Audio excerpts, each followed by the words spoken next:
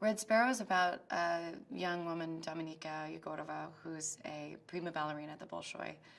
And she's forced into a program for the SVR against her will, and trained to use her body, and ends up prevailing by using her mind. I think the first thing that we were discussing for Dominika is this is just going to be a person and a personality that's completely different from anything that I really know growing up in America. She's really been put from a very young age into a position of survival. And her body has been used by the government from the time that she was young, with ballet, being an athlete, being paid by the government, and then forced into this program. There was a lot of physical preparation that went into this.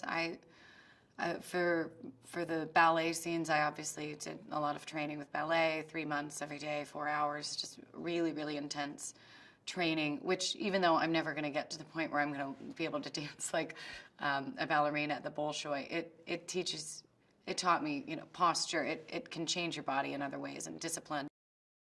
I would never want to put my character into a situation that I myself am not comfortable being in. So as you can see in the movie, it's this moment where she gains power. It's this moment where she turns the tables on the people who are trying to control her. And I felt that. I felt that power. I found it exciting.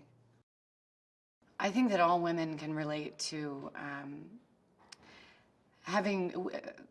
being treated ever so slightly differently than men our whole lives. We've always had to find different ways and angles of getting what we want and becoming successful professionally. I love Charlotte Rampling. I've been a fan for so long. I just think she's such a brilliant actress and so beautiful. And she's just as beautiful on the inside. She's a wonderful woman, fiercely intelligent. And it was amazing being able to do scenes with her.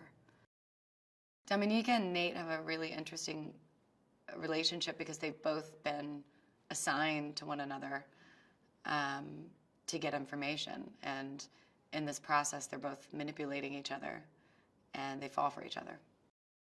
Their relationship is constantly changing because how can you trust somebody not to be tricking you when you are trying to trick them? So they're constantly balancing this inherent trust that they both have in each other with the basic paranoia that goes with living in a life of international espionage.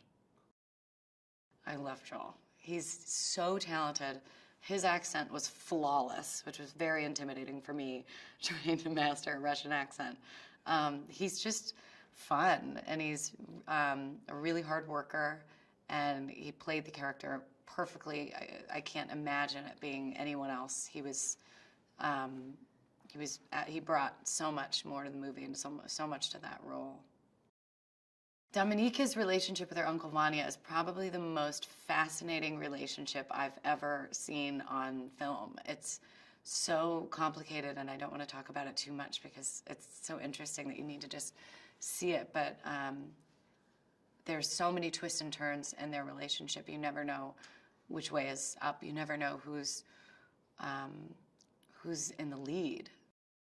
I was so intimidated because it's Jeremy Irons, and then he's just a goofball. He's the nicest guy. It was so fun working with him, but God, doing scenes with him is so powerful. Even when I watch them, I can feel how I felt doing scenes with him. He just completely transforms. I love working with Francis because I trust him mainly. He has amazing taste. It's such a load off when he's directing the movie because I know that it's going to be tailored to the best of its ability, and he's a visionary.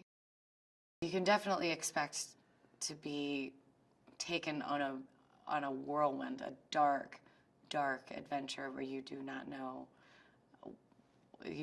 There's so many twists and turns. I was with my friend who was with me during the entire movie, and the whole time she was watching it, she kept going, "Oh, no!"